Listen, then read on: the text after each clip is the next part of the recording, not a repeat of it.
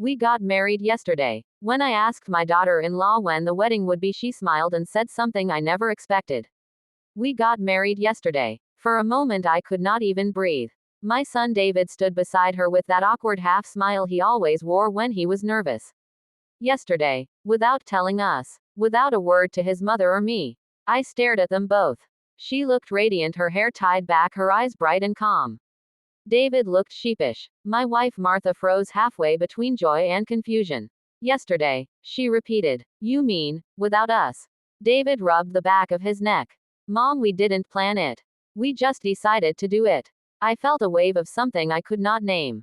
Anger, pride, sadness. Maybe all three. I had dreamed of seeing my only son walk down the aisle. I had even started saving for the celebration. Why so sudden? I asked, trying to keep my voice steady. It just felt right, she said softly. We were at the lake house. The sunset was beautiful. We looked at each other and realized we didn't want to wait anymore. Her words were simple yet filled with something pure. I could not be angry.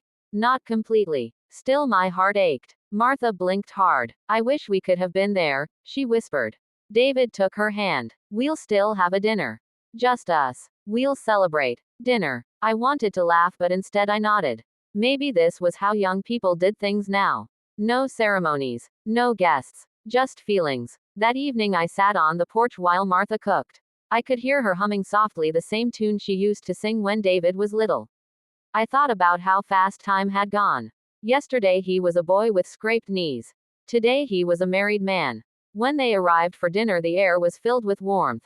She, my new daughter-in-law, brought flowers. David carried a cake. They looked so happy. It was hard to stay upset. We ate together at the old wooden table. The one that had seen every birthday, every holiday, every argument. Laughter filled the room again. Martha poured tea and smiled through tears. After dinner, David stood up and said, "There's something we want to show you." He pulled out a small phone and played a video. On the screen I saw them standing by the lake. The sun painted the sky gold. A friend was recording. They were laughing, nervous and shy. Then she said, "I do." He said, "I do." And just like that, they were husband and wife. It was quiet in our living room. Even the ticking clock seemed softer. That's beautiful, Martha said. You both look so happy. I nodded. You chose love your own way. I can't argue with that. David came closer. Dad, I wanted to tell you first, but I was afraid you'd be disappointed. I admitted. But only for a moment. Now I see it's not about where or when you marry. It's about who you marry and how you love. His eyes glistened. Thanks, Dad. They stayed the night. Martha and she talked in the kitchen for hours. I could hear them laughing softly. By morning it was as if she had always been part of our family.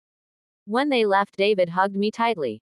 We'll come next week, he said. Maybe have that big dinner you wanted. Bring your wife, I said, smiling. We have room for two now. As they drove away, I stood at the gate watching the dust rise on the road. My heart felt lighter. Yesterday they had married without us. But today I realized something. They had not left us out of their life. They had only begun a new one. And we were still a part of it.